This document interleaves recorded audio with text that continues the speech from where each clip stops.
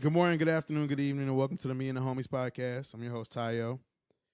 Today, I'm actually excited about this episode because I, my guests are just a great juxtaposition of like friendship, and that's one of the like themes of the podcast is just really exploring friendships and just just talking and staying in touch and just stressing how important that is. And my homie Woods, who is one of my guests today, is probably my most recent close friend, probably like the person I've met in the past 5 years or so that I'm just really close with.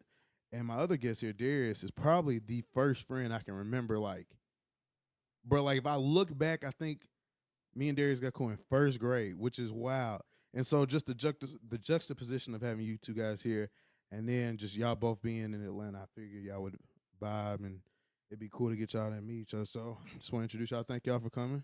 Sure, man. Thanks for having me, bro. Yeah, bro. Thanks. Yeah, so I'm excited about today's episode. Before I forget, let's get straight into the drink of the day. Darius came through with the Douce. On deck. On deck. What else you got us drinking with the Douce? Man, it's a little bit of Douce mixed with the lemonade, the ginger ale, you know. The Calypso lemonade. Yeah, man. It was I'm a simply man I was myself, about you to know, say that. but I was like, you know, it is what it is. The Calypso do, you know what I'm saying? It's straight, you know. All that damn It's stuff. in there. That's a bet. That's a bet. Now, top five as usual. Top five for date, bro. This shit was hard for me. But the top five was Denzel Washington movies. Bruh, like, this shit was definitely tough. Like, I was sitting there, like, going through the movies, like, fuck. I can, you want me, would you got it? You want to go first or I can? Bro, you got it. You got it. My five, in no particular order, I had to go with Malcolm X. That was like the gimme. That was the layup. Then Remember the Titans. Then I went Training Day, Antoine Fisher. Bro, and the tough one for me was Preacher's Wife, but bro, he was just so damn smooth. Like, like Yeah. he was super smooth. And then he was an angel, like, bro, fighting temptation of Whitney, bro. Prime Whitney. Yeah. Yeah, bro. That closed out my top five. What you got, Woods? All right. So, actually, before I get started, I just want to say thanks for having me on. And I want to also say that I'm really proud of you, bro, for doing this just because a lot of people always have really good intentions on what they want to start, and you're just doing it. You're just going with it, and the whole process was really organized. Appreciate that, bro. Yeah, definitely. But my top five, American Gangster, off the rip. Ooh, Yeah, damn. He took that one. He took that one from me. He took that one from up under American me, man. That was my Gangster number gotta one, go, man. bro. I can't believe I And forgot then that. you got the soundtrack with it. You Yeah, know what I'm yeah, saying? yeah, yeah. Hey, Bro, what one of the best soundtracks of all time. We what gotta are you say talking that, about? bro. Hey, don't mess with Black Panther soundtrack. Hey, It's that's up it. there, It's bro. up But there. like, They're both really good soundtracks. But yeah, and so Damn. like that's in my niche right there. yeah, like yeah, Frank that's- Lucas looked up everything about him after that.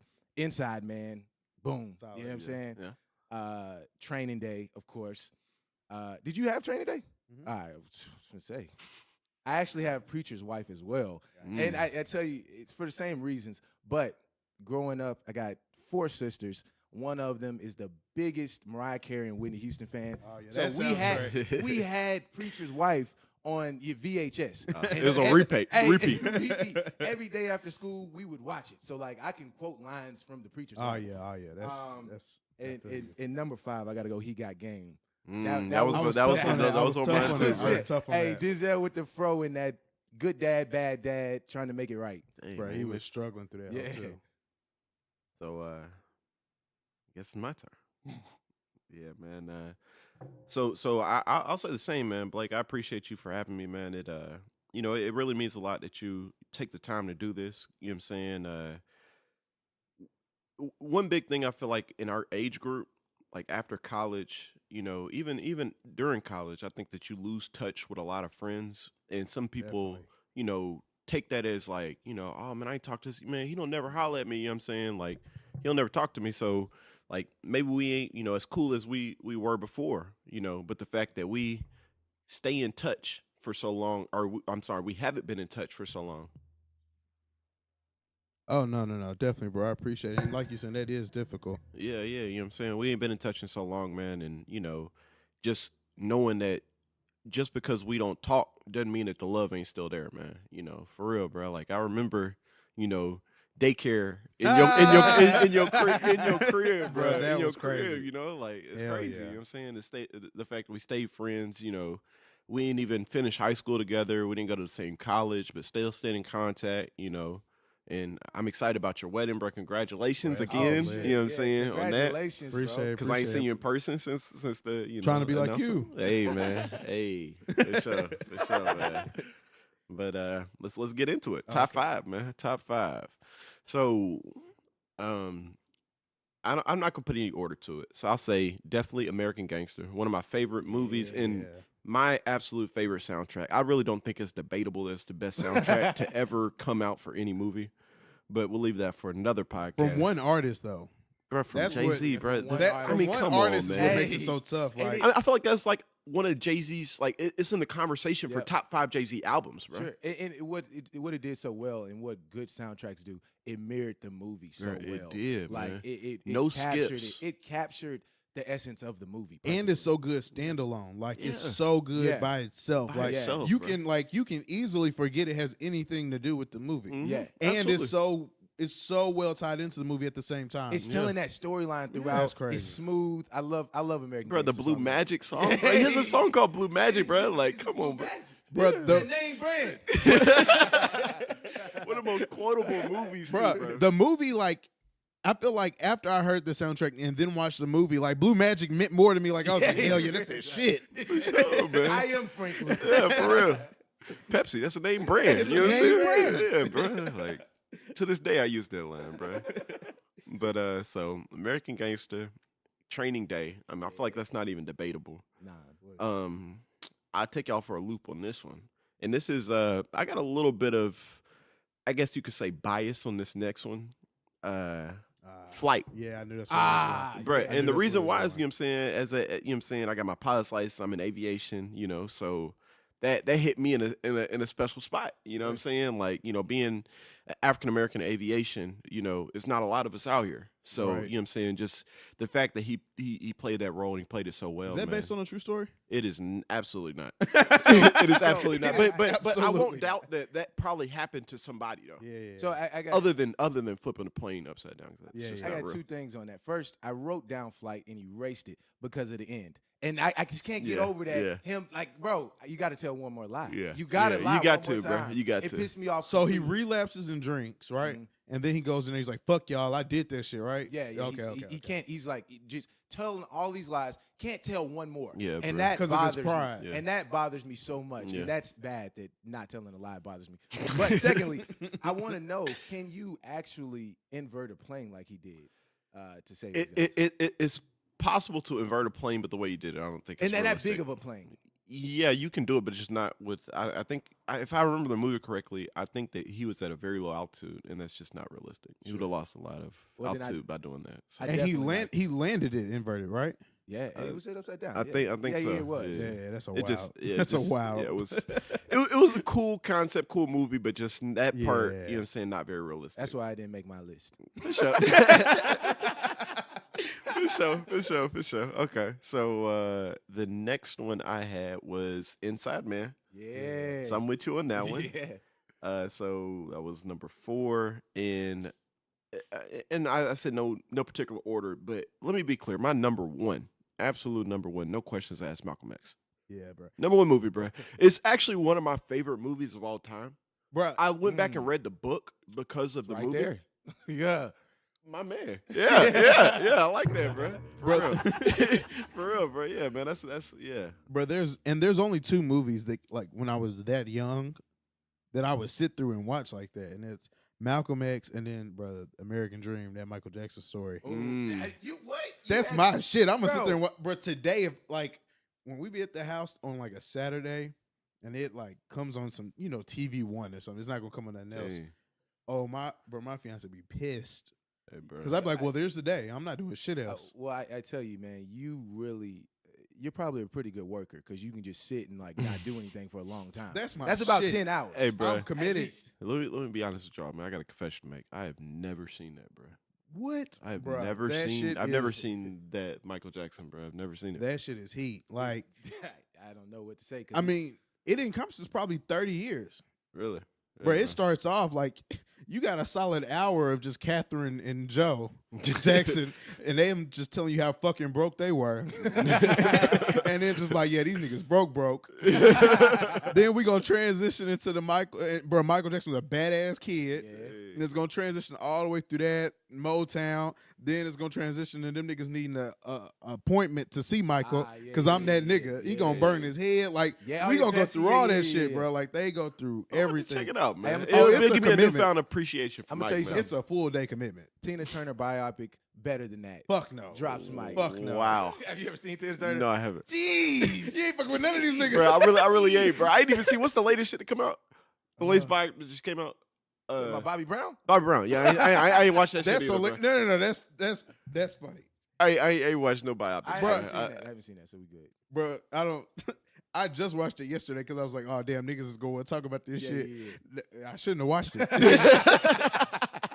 Yeah, that's one of the topics.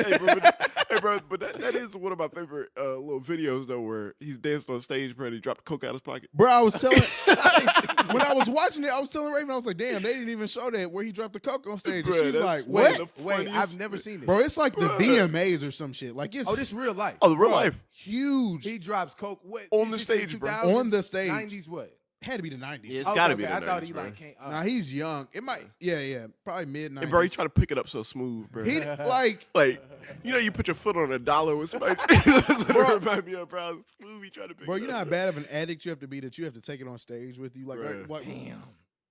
bro, we And gonna, he ain't gonna leave it in the back, bro. bro.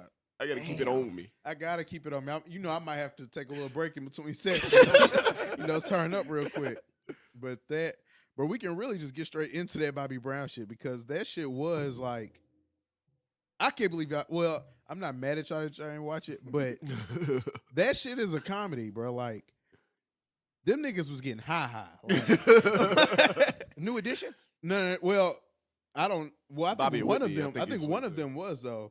One of the like Bill Bev DeVoe niggas. It was mostly just dancing, but you didn't really touch on him. It was really just on Bobby. That nigga was getting high. Him and Whitney. Oh, yeah, for sure. Bro, and Dumb they were lit. slick. Like they were slick kind because they. Well, I don't know.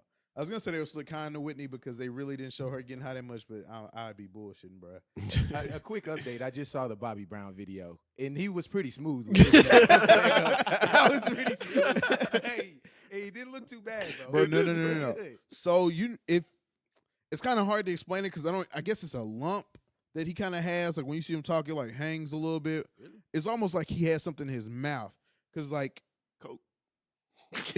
easily could be that. But it's like if you had like maybe a ice cube or something in your mouth and you just like punched it down to your gum line. He kind of has that. And, you know, at our age, that's just kind of how we know Bobby. Sure. But if you look at him as a kid, he doesn't have it. And I've just never thought anything of it. Bro, on the movie, they show you how he got that shit. How did he get it, bro? Bro. So I guess they're having like a coke-off festival, him and Whitney. And she's downstairs. This nigga is cooking crack in the kitchen. I thought he was warming. Hold on. They don't do crack, bro. They do fucking crack. Wow. It's news to me. Or they did. It's news to me. Bro, I saw the interview with Whitney. She was, bro, that's also in the movie. And like, she was confident after the interview. I told her ass. I told Bobby was like, that shit was a bad idea. Like, that shit, we gonna look crazy. And Whitney like, fuck no, Bobby. I said that bitch straight. I'm like, nah, bitch. It didn't quite get it right. But no. He's cooking crack in the kitchen. And I'm thinking, Bobby Christina was just born. I'm like, oh, this nigga being a good dad. He warming up the bottle. No, he's cooking crack. These guys are the Black Kennedys, bro. They got a very troubled family, Bro, no. He's seen death from the beginning of the movie to the end. It's just death. So it's him. What do you He's the mean? problem. I mean, it's all around him. I'm not going to, a lot of times it's not his fault. But I will say, like I said, he was cooking the crack and he was heading to go re-up the festival. And he just like strokes mid-step and falls like, his body just goes stiff. And so just imagine like falling face forward. And that's what he does on the kitchen floor. And he's like unconscious. Like, bro, Whitney comes upstairs high as shit. It's like, Bobby, where you at with my shit, man? And it's like looking for, like, thinks he's playing on the ground. It's like, you always playing. Get up, Bobby. Get up. And he like won't get up. Yeah. She puts her fingers over his nose. Like, you still breathing? You in here playing. And takes the crazy. That's why I'm gonna start without you. and like leaves him there and goes downstairs and like continues to get high. Wait, so what I want to know now is where is this story coming from? Because obviously Bobby's incapacitated, Whitney's R.I.P. You know what I mean? So who was telling the story? So the way it basically seems like on the show is they were blowing through so much money because there were just always people in the house taking care of like Bobby, Christina, and stuff. Mm-hmm. And I'm assuming one of them found it based on it. But that's one of the stories. So in the movie, like, obviously I don't actually know this to be fact, but you can look at it and just tell, like, damn, this looks like it was confirmed by multiple people. This feels real. This feels authentic. Boy, when they get to his wife that he's married to now, that shit there is like lifetime. Dang. Like, like she just stepped in, got him together, so perfect and nice. She fired his brother, who's been his manager from like 19 to his 40s. And like on there, you would have thought it was just all peaches and cream. Like they just make it seem like the sweetest thing ever. So this nigga don't do coke no more. Well, he goes to prison, I guess, for some extended amount of time. Damn. And apparently that's where he sobers up because he has to go through like that real sober shit where you go through withdrawal and he's sick. And when he and that seems to be the separation. That's when apparently he gets sober because he's in the jail, and Whitney starts using more because she's like so alone and depressed without him. Who didn't Whitney date like Ray J or something? Allegedly, he was there when she died. Yeah, that's so weird. Yeah, that's so weird. And, you know, wait, Ray J does coke then? I mean, have you heard the Breakfast Club call? No. They like got them popping? No. Oh, bro, was that the one where he was like, Are we live, Charlemagne? You've never heard that? No. Bro, so that's a crazy story. They in like Vegas with the money team. I don't know if Floyd just want to fight if they're partying, but like he's like in the middle of the room playing the piano. I'm assuming high on coke. Ray J. Yeah, and Fabulous is like, what the fuck is going on? He's like, it's like Twitter just started, so this is like 09, I guess. Breakfast Club is brand new, and so Fabulous is like actively tweeting about it, and so I guess he like finds out and confronts Fabulous. Yeah, bro. I remember that part, the call about Fab. Yeah, and so he says like, I slept that nigga Fabulous on Twitter, and so the Breakfast Club is super dry. Like they don't have no traction. They're thinking they're about to get canceled. Wow. So. Still high, I'm pretty sure. Ray J calls Charlemagne on the Breakfast Club. What was he trying to be on the Breakfast Club? Or was he just calling Charlemagne? He wanted to like air out what had happened. Okay. And so he's just like, are we live, Charlemagne? Are we live? And then he's like, that nigga Fabulous was trying me when I'm with the money team. We got 10 all red Rolls Royces out front. I remember this. He's like, don't you ever disrespect me, Fabulous. And Fabulous just gets on like an hour or two later. He's like, yeah, that nigga was crazy. Like, I don't know what's wrong with him. He's like, Brandy's brother. Bro, that shit was hilarious. But yeah, bro. Like, apparently he was there, I think, when she died. But hey, bro, we gotta say, Richard's lived a hell of a life, bro. Hell of a life, bro. From Moesha to Whitney. To loving hip hop. But isn't he like Kim a boss K? on there? Man. Kim K. Damn. He is like in everything, bro. Like just in all the just wildest shit. He's too much. He's too much. Bro, you remember the video with Lil' Kim? He's like 19 or 20 or some shit. Wait, what? Bro, Lil' Kim, like, I guess this was like her new hit, like single or something. Yeah. And she's in a video like grinding on Ray J, but he's young as fuck at the time. Like, how young? Bro, like 20, I want to say. Like, how old is he now? I don't know. Hey, hold on. I got to tell you something. How old do you think Lil Webby is? Bro, I saw that today. Oh my God, bro, that's insane, bro. Oh my God, bro, it's literally it didn't make sense, bro. I thought that was fake, bro. So for the listeners, Lil Webby is 33 years old.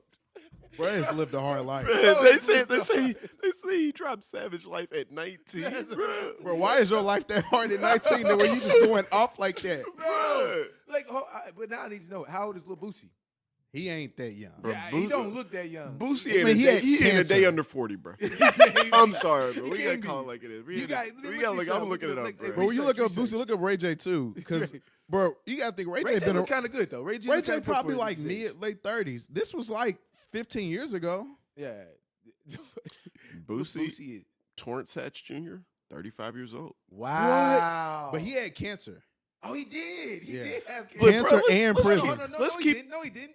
Didn't he say that? And then the next day he was like, Something else happened? I thought he actually did have cancer. No, I'm Okay. pretty But sure he did. let me say this, like, let's be honest with ourselves. Before the cancer thing, Boosie still look old as hell, bro. Like, you should keep it 100, bro. I mean, Boosie yeah. look kind of, I mean, you know what I'm saying? 35? Bro, 35 years old.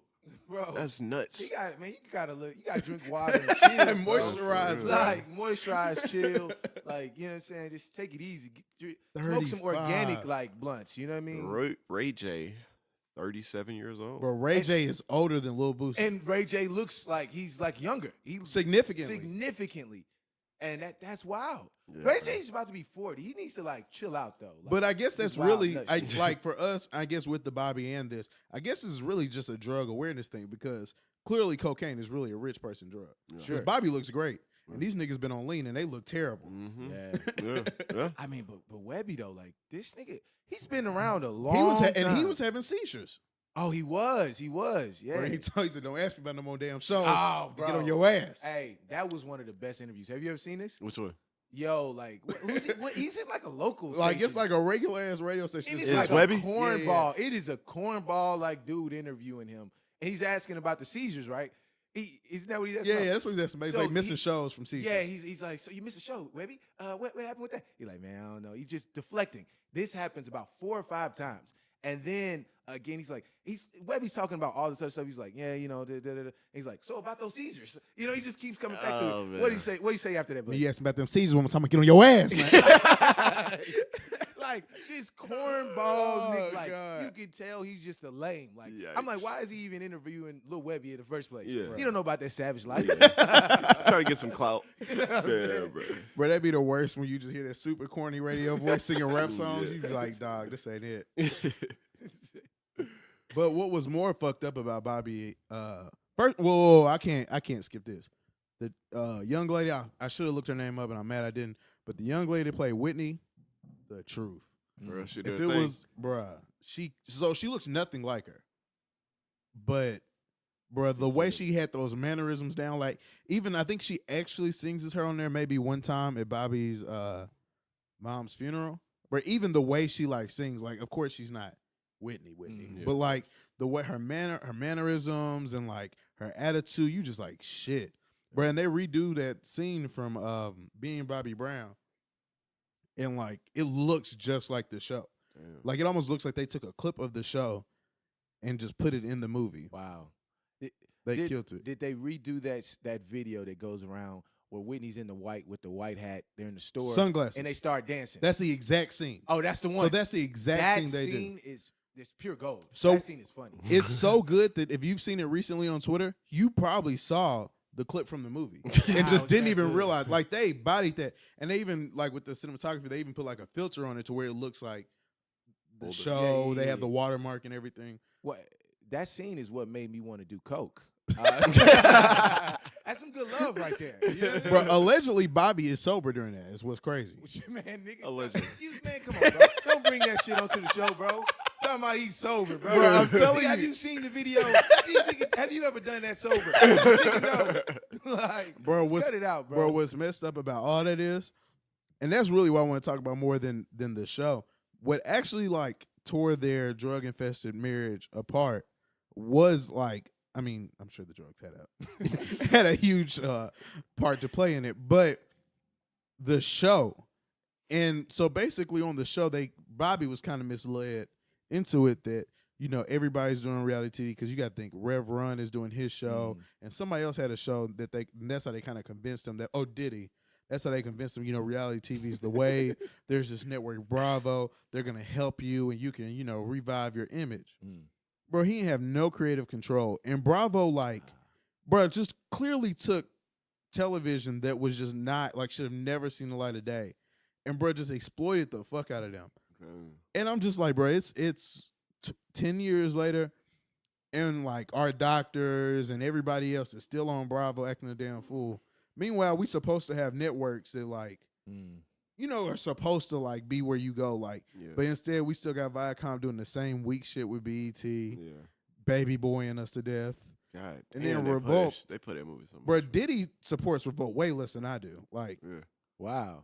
Diddy don't fuck with Revolt. I just remember when it first came out, he was pushing hard. And that Pushing it so hard. I thought it was Bruh. his shit. Yeah. Wait, it's not? I mean, it's his. Yeah, that's what I'm saying. Yeah, It's his, and he don't really, bro. Oh, Like they on the literally, Breakfast the Club, only they time- blatantly shit on him about that. Like, Bro, really? I think the only thing I've ever watched on Revolt was the Rolling Loud concert. that was on Revolt. Yeah, it was I on wouldn't Revolt. know. You know, So I watched J. Cole set. She was fire. You know, shout out to Fayetteville. Yeah, So yeah, fair enough. so you know, I feel like Tidal is kind of inching into that Revolt, what Revolt wanted to be. I know it wanted to be more TV based, Yeah. but there's a lot of like TV stuff on Tidal now. Documentaries Yeah. and stuff. Yeah. And so I think they're kind of starting to take that a little bit from them. But it's just like if you're putting any effort in your programming, you got to deal with Joe Budden. Why is like? I mean, I'm happy that he got his podcast deal with Spotify. But if you gave him a contract, why wouldn't that just be something simple you put on there? You now it's under this umbrella. We got it. You do that, even if it's just the same shit they're putting on YouTube. Like clearly people are watching it. Yeah. And it's just like, bro, we don't have any networks that are really like for us. Like every time you see black people on TV, we getting exploited. Like BET could easily be having like home improvement stuff like HGTV. Yeah. Bro, like Jamel Hill just left ESPN. Bro, why is like there's Right, and her support is so real on Twitter, bro, there's no way like you shouldn't have something for her that isn't like like in a inconsistent time slot with a weak ass budget and it's set up to fail. Because you know what I mean? If they give her something, that's what they're gonna do. Yeah. Well, the thing is, I hear that point. I understand it, but are we supporting these networks when they do try to branch out? Because BET has brought on people like just most recently Angela Rye, and to kind of handle some of this programming, and they just don't get any traction. Mark Lamont Hill, he was on there, in like tried to. They had a show. Yeah, like political shows. Tried to kind of expand a little bit into things that weren't just so entertainment. I think that like people are so turned off by BT that they probably never saw because I never knew. Had no clue. I had no clue. This is my first time hearing anything about this. So that's what I mean. So is their brand too engulfed to branch out to something else? Because then they could basically, if they try to expand their tent, then they might lose whatever base they have. I think that like especially our generation, bro. Like we look at BT and we see 106 and Park, and the fact that 106 and Park ain't there no more, and like just the whole concept of BET is kind of dated, So I don't know. I think that like what we're talking about right now is a completely new idea. We got to scratch BT, I swear, and come with a whole fresh new set of ideas. And I think that, like you said, the market's there for it. You know what I'm saying? Jamel Hill, Angela Rye, like, have like something like that. Then, like you said, have a home improvement show on there. Like every have other you know network has this popping. some financial education shows on there, man. Like, some stuff that like really is beneficial, Yeah, so just basically the way BET is set up is kind of how black people are seen in general, just as entertainment purposes. But it's no longer ran by black people, really. Yeah, it's just completely monolithic. Like you guys are for entertainment, whether that be in sports or rapping or whatever it may be. I really think that like anytime I think about BET, y'all seen that Boondocks episode? Which one? Oh, BET. About BET? No, I never seen it. Oh Lord, I gotta go find that. It's bad, man. But like it really, it hits the nail on But the the head. reason why 106 and Park isn't there is because we stopped watching it.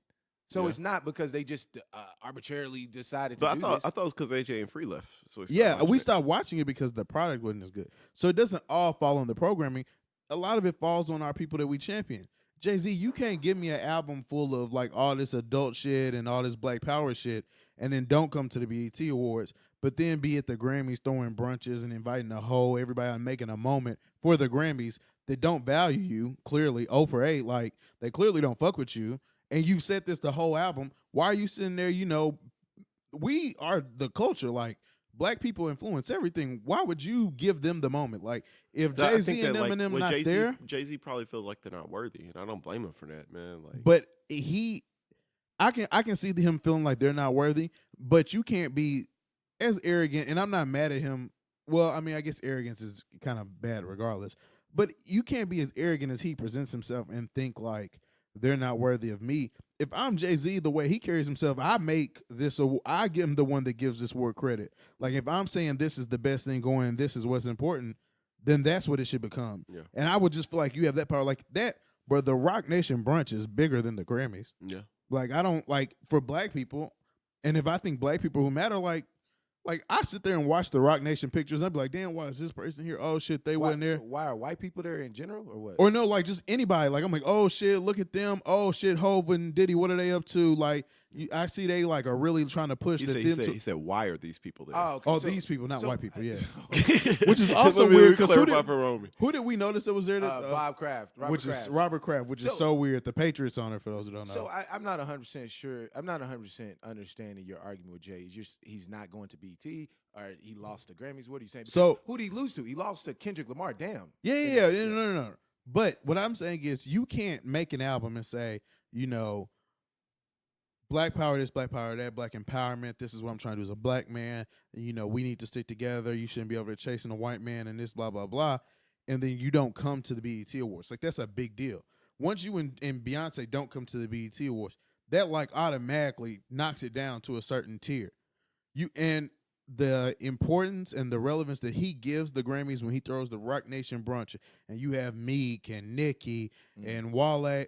I put Wale really high, and maybe Kanye and Kim or whoever there, Rick Ross and everybody in hip hop and R&B is at the brunch and there for the moment because you're throwing that brunch and because you're making the Grammys a moment.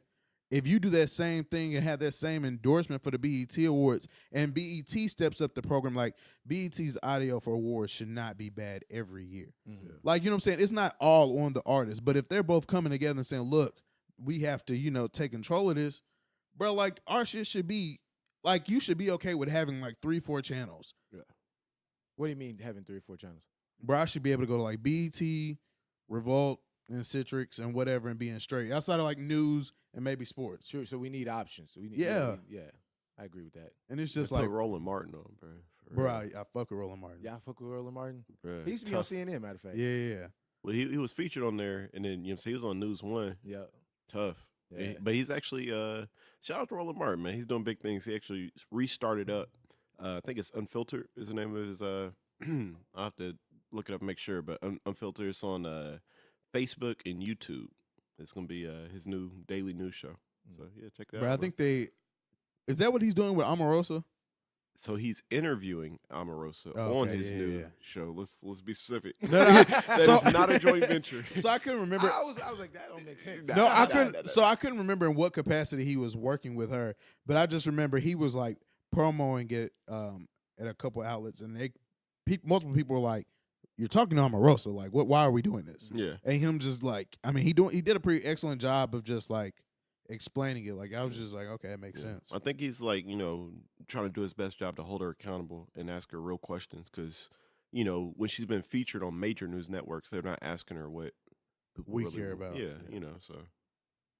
Yeah, I think that storyline might be done though. Like I think it might be it might be dated. So the news cycle is so quick, so I don't think anybody is gonna really care anymore. Well, supposedly she got new tapes, man. That's what she's supposed to. What's the name? Y'all see what Jamel Hill said about her? What she say? She said, Omarosa dropping tapes like Cash Money, man. But like, you have to be flawed as a source, though. If you knew all this stuff, like you didn't just hear this recording and was just like, or you didn't record this and hear him say nigga and was just okay with it, and then you lose your. She has that tape. I don't believe that. Oh, I mean, that's the ultimate. Like she would, yeah. That's the ultimate flex. I'm sorry, but I gotta ask, where the hell is Michael Smith? Where is my boy, bro? Bro, he can't. He's resurfaced. Where? You saw Michael Smith from ESPN, right? Yeah, that's my boy. He's resurfaced and he's hosted like Around the Horn and a few others, but he's like a little chubby now. Like, so I don't know what happened. Like he might have had a kid. I mean, that's because he had his own shit, the Six. Yeah, him and Jamel Hill had it for a while. He was running it by himself, and I think they went off the air. So, yeah, I don't know where he's at, but that's my boy. He's resurfaced finally. But him and Jamel Hill was the ultimate tag team, bro. Yeah, and he completely encompasses like what a black man could be, like not just entertainment stuff. He's a nerd. Yeah, like he's nerdy as shit. Sure. Yeah, he is, but he's totally into rap and hip hop. Exactly. And he's an intellect. Though. Yeah. All about the culture, bro. Yeah, him and Bomani. Bomani, bro. I'm about to say Bomani Jones, bro. His podcast on point too, bro. Bro, So you know that ESPN, they take their shows and they make them podcasts too. So High Noon like works really well as a podcast Yeah, as well. yeah. I was just thinking. I was at work and it was at lunch, and I saw High Noon. It's like, who can watch this? Like, who's at home watching this right Yeah. now? I listen to it It's as a a terrible podcast. time slot. Yeah, I'm like, Time slot I is guess terrible. I'm like 12 o'clock. Maybe that's 9 o'clock on the West Coast. So I'm like, maybe they're watching it. No, that's a good but point. I'm like, outside of it, I'm like, who can Especially watch for like a senior personality like Bomani, like Yeah. that is weird. And then what's the Asian guy's name? I have he's no cool, clue. but who I that like him is. though. I I have like him. no clue. Damn, like man. so, I listen to him on the podcast, so I have no I don't even know what he looks like. Okay, he's a cool dude. Yeah, it's crazy. But speaking of sports, how'd y'all feel about the? I mean, I'm pretty sure I know how you felt, but what were you guys' reaction to the Cap and the Nike shit? I'll let you go first. I'll let you answer this first. Hey man, I'm all about it, man. You know what I'm saying? I can't wait to cop the caps, man. For real. Like, crazy part about it, confession time again. I've never bought a pair of Jordans in my life. Ever. Not bought one pair of Jordans. Really? Never. Only pair of Jordans I've ever owned. I've owned 2 pair of Jordans. They're both retro 8s. And I won them off my homeboy betting in 2K because he didn't want to pay up. Damn. He owed me 200. He gave me 2 pair of Jordans. only Jordans I've ever owned. But I will absolutely buy the Kaepernicks when they come out, bro. I support everything that, he's doing. I hate the way that the narrative has been hijacked. It's turned into a quote unquote anthem protest when that's not what it is. And I was talking to somebody about this recently, how it seems like any time that you get an African American that wants to, protest and start a conversation about an issue, especially social issues, talking about injustice against minorities or police brutality, the conversation gets hijacked. Like with Black Lives Matter, they came out with because people are always like, oh, well, what are they actually trying to accomplish? They came out with a list of stuff that they were, the goals that they wanted to accomplish with the Black Lives Matter movement. But instead of addressing those issues, the narrative came out, well, all lives matter, and we never actually talked about the issues. And the same thing is happening now with Kaepernick.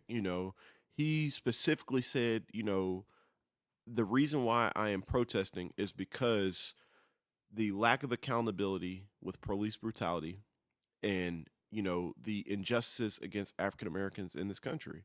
And instead of actually talking about that issue, we talk about, well, he's disrespecting the military.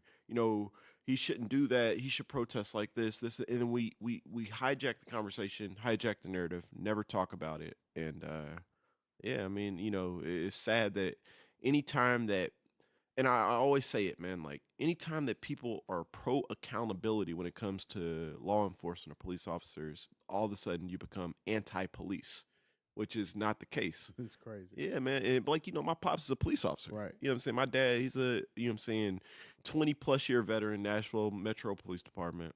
So I can't be anti-police. Right. But I am absolutely pro accountability. My dad shoots somebody who's unarmed, lock his ass up.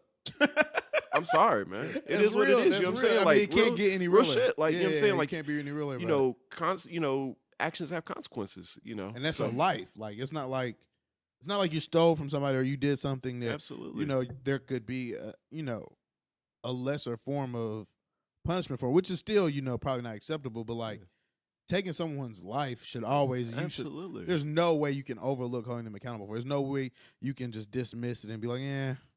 Man. Especially if it's documented as having foul play. Seriously, man. It has to be investigated. It's got to be treated the way that we are treated as citizens. And, people can't be above the law. It's not right. Yeah, I agree. I think that key word, just honing in on accountability, I think that's where it's at. But when you start speaking, it reminded me of a book I read called Black Like Me. It's a book. It was written in 1961. So a reporter, a white guy, goes undercover in the Deep South, but he gets his skin darkened. This is real life, real life story. And in fact, Malcolm X, I read the book not too long after. Malcolm X references it in his book. He references Black Like Me in the writer. And he goes undercover, and what he discovers as a black man in Louisiana and in Mississippi, he says, whenever people speak out, when black people speak out, minorities speak out about injustices going on within the country. And this is 1961. He wrote this. He said they're always seen, and the narrative always becomes that they're unpatriotic, and that you're against the country. And so this isn't new of painting this protest as unpatriotic. And when the fact is, there's nothing more patriotic you could do than a peaceful protest. That's real. And so I thought that's interesting. Secondly, obviously, these are ad hominem attacks. Whenever you cannot argue the point, argue the person, talk about the person. And that's what every single time it happens. These guys are thugs. But what is he saying? What is he saying? You can't beat your girlfriend in an argument. Say something about her. Say something about something she did. You know what I mean? If you can't argue that point, flip it and talk about something she did. You know what I mean? So it's easy to see that. And then thirdly, as a marketer, I talked to Blake about this, but this brand campaign that they're doing, one, it's amazing. But anyone that studied Apple, it is exactly what Apple did in 1997 with the Think Different campaign, and even the copy that they used that Colin Kaepernick was speaking is really close to what Steve Jobs was saying about the people that are crazy enough to think they can change the world are the ones that do it. This is for the crazy ones. Didn't Nipsey use that in a did. sample? He did. On his exactly. mixtapes, bro. It's one of my favorite mixtapes. So what's actually interesting about that Steve Jobs is that he that was when he first came back to the company in 97. They are about to go belly up, and he does not do so. Everyone comes to him, these ad agencies, and they want to do a product campaign, which is what you would expect. Let's show off the product so we can sell something, make some money. He says, no, we're going to talk about our brand and what we do.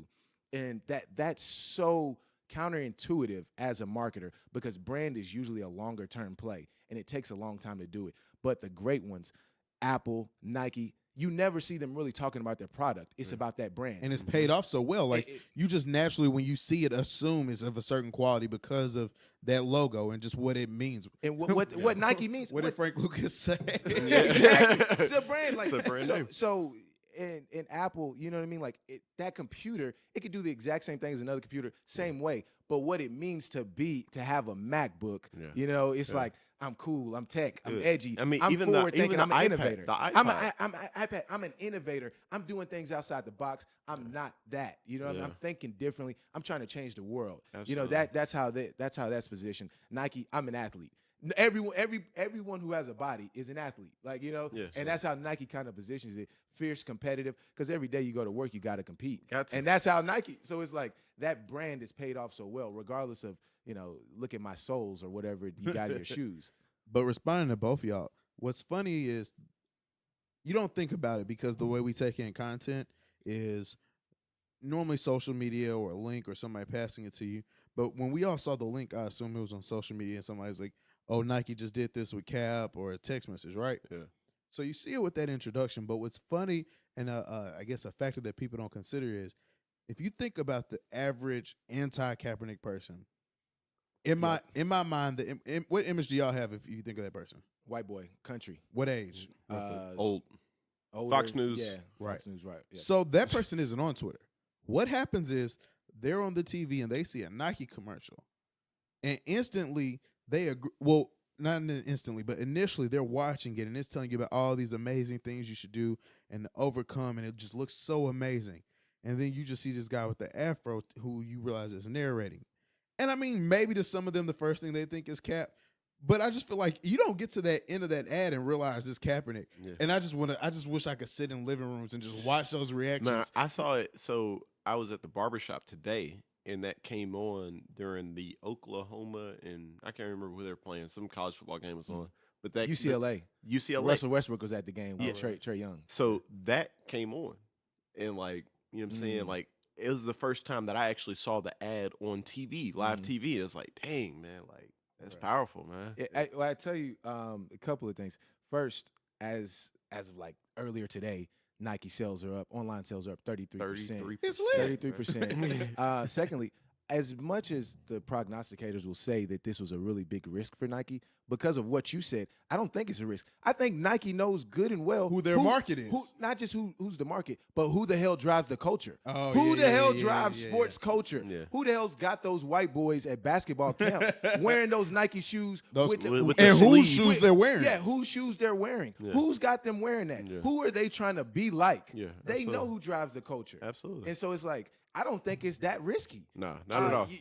It's a calculated move. Yeah, it's calculated. But as much as people want to say, "Oh, it's real risky," I don't think it was. Who am I talking to? And then, like in sports, like for basketball, for example, you know, the debates are like, I guess LeBron and Kyrie or KD, or even Steph. Either way you go, it's fuck Trump. Like it's not it's not like one of them is just way more, you know, conservative than the other. Really. Like, I mean, who do you even hear speaking out in sports that's conservative? Right. Like, the only person I would think of that I haven't heard is Peyton Manning. That's the only person who come to mind. Like, he probably is. He's probably very conservative, I imagine. Like, that's what I imagine. I guess. I don't know. I guess he ain't never said like, "Oh, y'all rock with this." Yeah, but true. I imagine. Hey, real quick, man. Shout out, or correction, rest in peace to the young brother, Botham Shimjan.